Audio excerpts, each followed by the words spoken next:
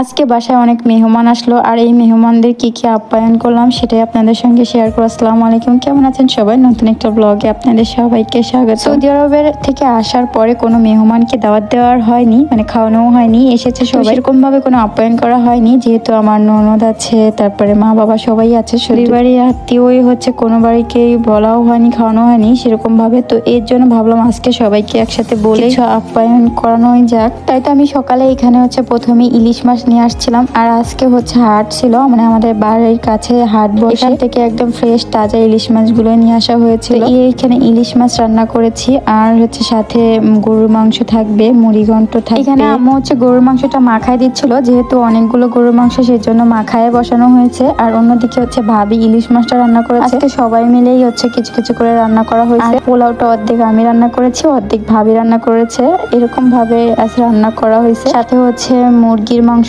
ছিল, কারণ যারা হচ্ছে গরুর মাংস খায় না তাদের জন্য একটু মুরগির মাংস রান্না করলাম। অনেকে দেখা যায় যে গরুর মাংস খেতে চায় না, বাচ্চারা তো বিশেষ করে গরুর মাংস একটুও খেতে চায় না, এই কারণে দেখা যায় এদের জন্য মুরগির মাংসটাই।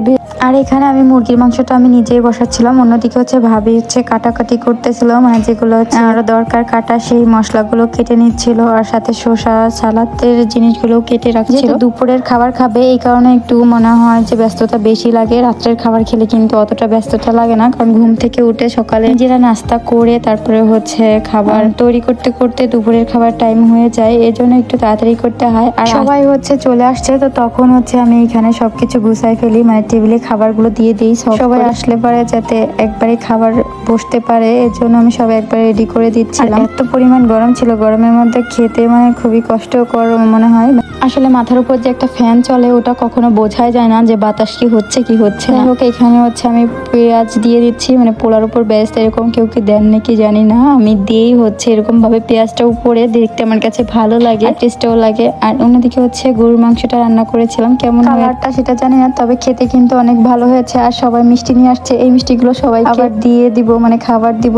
সবাই আসার সময় কেউ মিষ্টি চিপস সবকিছু এনেছে, সবাই চলে গেছে। তারপরে হচ্ছে দেখেন ঘরের অবস্থা খুবই খারাপ, এখানে অনেকগুলো চিপস ছিল, মিষ্টি ছিল, সবাইকে মিষ্টি দেওয়া হয়েছে, আর কিছু কিছু মিষ্টি রয়ে গেছে। এখানে কালো জাম ছিল, চমচম ছিল, তারপরে হচ্ছে রসগোল্লা ছিল, সেগুলো শেষ হয়ে গেছে, মানে ওইটা আগে খাওয়া হয়ে গেছে। কালো জাম খেতে কার কেমন লাগে অবশ্যই কমেন্ট করে জানাবেন, আমার কাছে অনেক ভালো লাগে কালো জাম মিষ্টিটা আসলে। আর সাথে অনেক রকমের বিস্কিট ছিল, তারপরে কেক ছিল। আসলে বাসায় মেহমান আসলে এত পরিমাণ ব্যস্ততা হয়ে যেতে হয়, মানে কি বলবো। এদিকে আরো কিছু আম নিয়ে আসতে দেখছিলাম, এখানেও কিছু আম রয়েছে। আসলে সবকিছু হচ্ছে ছিটাই ছিটাই রয়েছে, মানে কোথায় কিভাবে সিটে রয়েছে যা বলার মতো না, সবকিছু গোছাতে হবে। এদিকে মেহমান যাওয়ার পর হচ্ছে অনেকগুলো থালা বাসন হয়েছে, এগুলো ধুয়ে ক্লিন করছি। এখানে যে পানি ছিল আমি ঠিক পাইনি, প্লেটের মধ্যে টান দিছি আর পড়ে গেল, অনেকগুলো পানি ছিল এখানে, টেবিলের পর পরে একদম নষ্ট হয়ে গেছে। তো এইদিকে আমি হচ্ছে সব প্লেটগুলো ক্লিন করে দিয়ে গেছে আমার বোন, মানে আমার আপু। এখন আমি হচ্ছে এইগুলা উপর করে রাখবো, যাতে শুকাই গেলে উঠাই রাখতে পারি, না এরকম কে কে করে। তো আমি হচ্ছে যখনই মেহমান আসে না কেন সবগুলো এরকম করে ক্লিন করে তারপরে এরকম শুকাইতে দেই। এগুলা শুকাই গেলে উঠাই রাখলে ভালো হয়, নাহলে ভিজাটা রাখলে কেমন যেন একটা স্পট পড়ে যায়, তাহলে দেখতে ভালো লাগে না প্লেটগুলো। এর জন্য হচ্ছে আমি এরকম ভাবে শুকায় তারপরে হচ্ছে আবার মুছে ওইগুলা রেখে দিই। আর এই চামচগুলো আমি হচ্ছে সৌদি আরব থেকে নিয়ে আসছিলাম, এইবার না এর আগের বারই নিয়ে আসছি, এইবার আনতে চেয়েছিলাম কিন্তু এই চামচগুলো আর পাইনি, খুঁজেছি। আমার কাছে অনেক ভালো লাগে এই গোল্ডেন কালারের চামচগুলো।